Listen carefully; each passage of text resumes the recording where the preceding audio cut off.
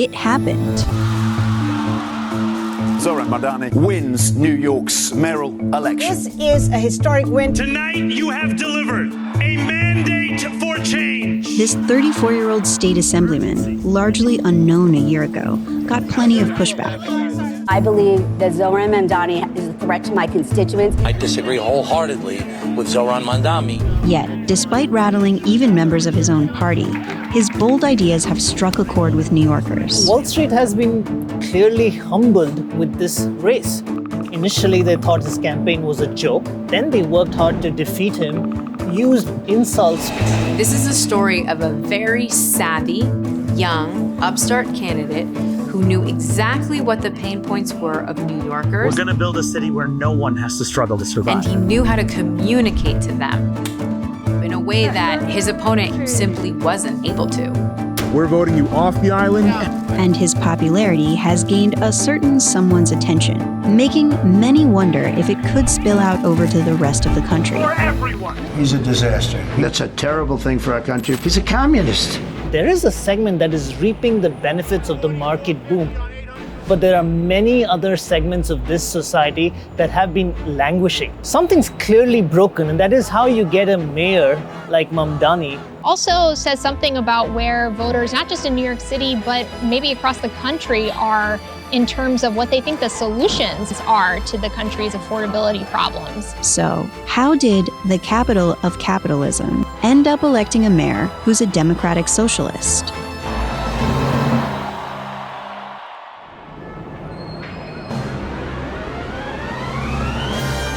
New York City, the city that never sleeps.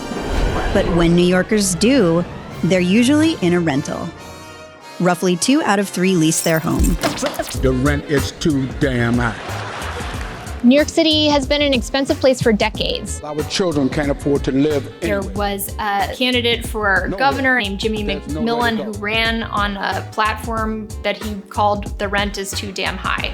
He also ran for mayor, and he was sort of seen as a not serious candidate at the time, but the argument, I think a lot of people would argue, was valid. Rent burden is traditionally thought of as a problem for the working class, but now it's knocking on the doors of the city's highest earners. I'm talking about people who are earning between $100,000 and $300,000 a year who for the first time are considered rent burdened. They're spending more than a third of their take-home pay on their rent. The rent is so crazy in the Bronx. I don't know how. When pop stars are complaining about rent, you know the housing crunch is no joke.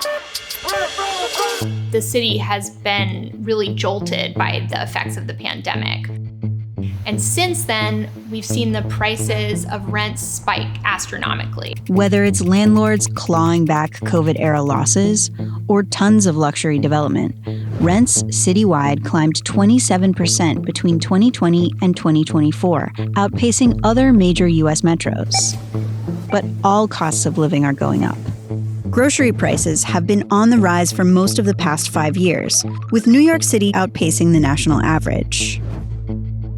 And full-time daycare can cost $26,000 a year per child. The Mamdani campaign zeroed in on this crisis and offered up some pointed policies to address them. The question is, how much can he really achieve? One of his most popular proposals is a rent freeze. And the truth is, he could get this done. The mayor appoints all 9 members of this body called the Rent Guidelines Board. Those members tend to vote the way that the mayor who appointed them wants them to. The plan, however, would only apply to the city's nearly 1 million rent-stabilized apartments. And questions remain how this will ease the strain on renters. For people who live in those rent-stabilized apartments, freezing the rent is a really significant factor in maintaining affordability for them. The issue is that, according to the landlords, the costs of operating those buildings have become really, really expensive. And so there is this criticism of his plan, which is that it could actually result in lower supply of apartments. 2 other campaign proposals were free buses and free childcare for young kids. Ideas that are pretty popular with other New York politicians. really possible that the state could agree to give him some money to fund fast and free buses, which he said would cost about $750 million. It's possible that they could give him some money to help pay for a little bit of the universal child care program that he's promised. Child care is more expensive than people's rent. Another Mamdani idea is to launch city-run supermarkets. Grocery prices are out of control. The pilot program is actually cheaper than some of his other proposals and could end up in the city budget. The idea is to open a grocery store in each borough where the city is controlling the prices in order to offer people a more affordable option.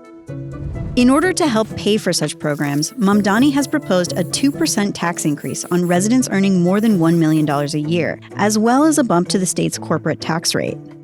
This has Wall Street and some in the broader business community warning of blowback.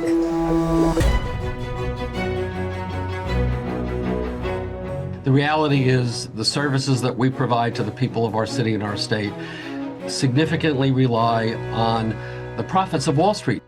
Millionaires paid about 40% of all personal income taxes in New York State.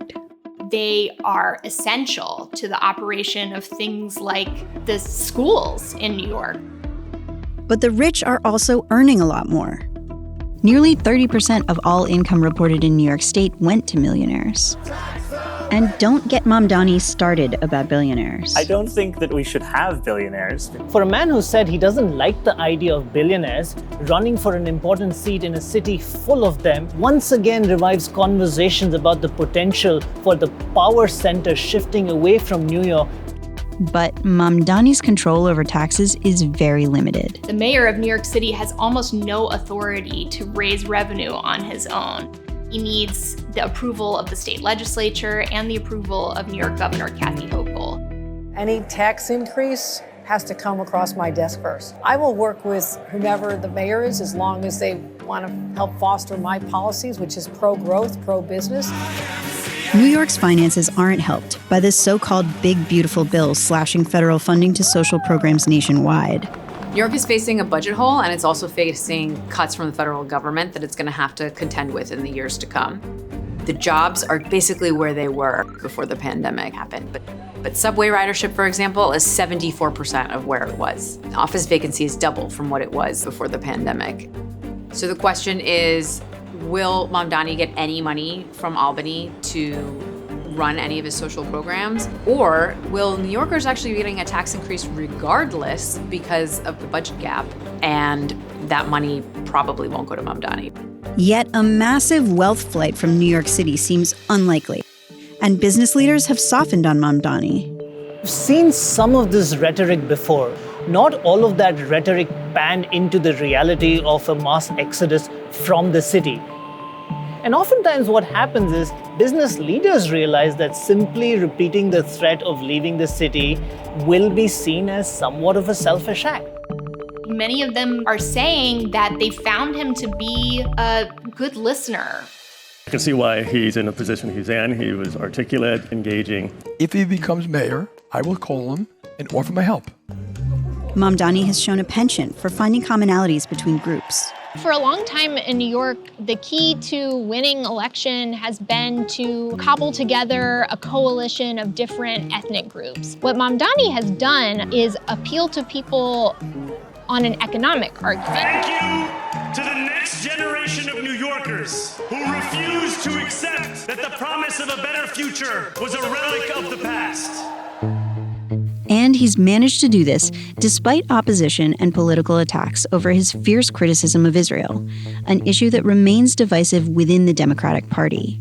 Jewish spaces. All of this comes at a time of rising anti-Semitism in New York, home to the largest number of Jews outside of Israel. For someone who is so prominent a critic of the Israeli government to succeed and win in New York City, represents a sea change in the city's political alignment. That has some New Yorkers and some Jewish New Yorkers really concerned.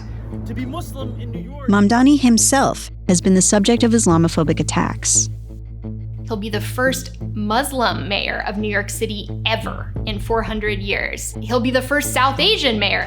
The population of Asian Americans has grown to be somewhere around 15%. It's the fastest growing ethnic group in New York City. New York a city of immigrants, a city built by immigrants, and as of tonight, led by an immigrant. Mamdani's brand of populism has some leaders in the Democratic Party taking notes. This result will have a massive impact on how the Democratic Party decides to tackle the midterm elections and the general election. But in New York City, Mamdani's success will hinge on bringing everyone to the table. If the business community doesn't feel welcome here, it doesn't necessarily mean that they're going to take their business elsewhere, but it may just mean that they don't invest in the future here. Now that he is in office, they will have to engage with him to shape the city in the direction that they would like to see it go.